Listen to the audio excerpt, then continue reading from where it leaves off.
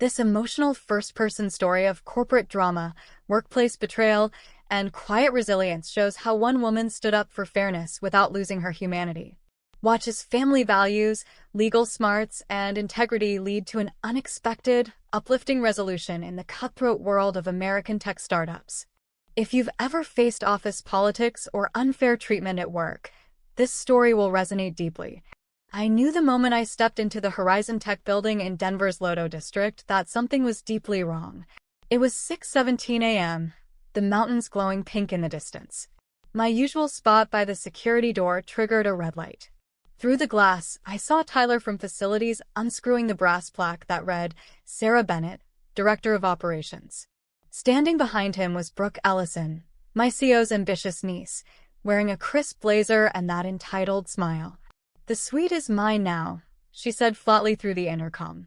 "You've been reassigned." 7 years. I'd built the entire operations backbone of the startup. Survived funding crunches, blizzards that knocked out power, and 2 rounds of near collapse. I'd mentored Tyler when his marriage fell apart, stayed late so parents on my team could attend school plays. As a single mom to Lily, I understood loyalty and sacrifice. I didn't scream or beg. I simply nodded and drove home to make my daughter pancakes, her laughter the only medicine I needed that morning. What they didn't understand was a clause I had fought for during our Series B raise with Horizon Capital 5 years earlier. In the investment agreement, to give investors confidence in leadership continuity, it specifically named me. The executive operations suite must remain under the direct oversight or occupancy of Sarah Bennett while the funding round was active.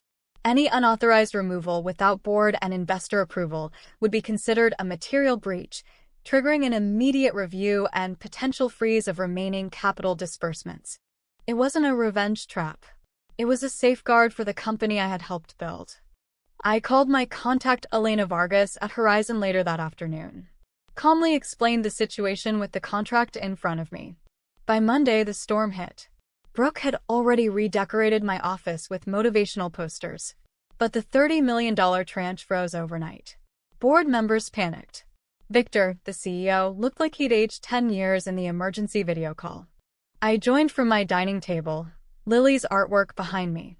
"This isn't about punishing anyone," I said, my voice steady. "It's about doing things the right way. Our people deserve stability." My proposals were fair and humanistic, a proper severance package for me that reflected my contributions, full transition support, and no layoffs for my team. Brooke moved to a supervised junior role with real mentorship instead of a title she hadn't earned, and new company-wide policies for transparent role changes reviewed by legal and HR. The board agreed within hours. Brooke was humbled but kept her job. Tyler apologized personally. I accepted, knowing growth comes from mistakes. I walked away with dignity, a fair financial cushion, and something more valuable, time.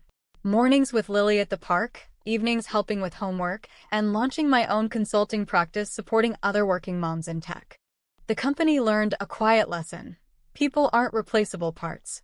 Loyalty and experience build foundations stronger than any corner office.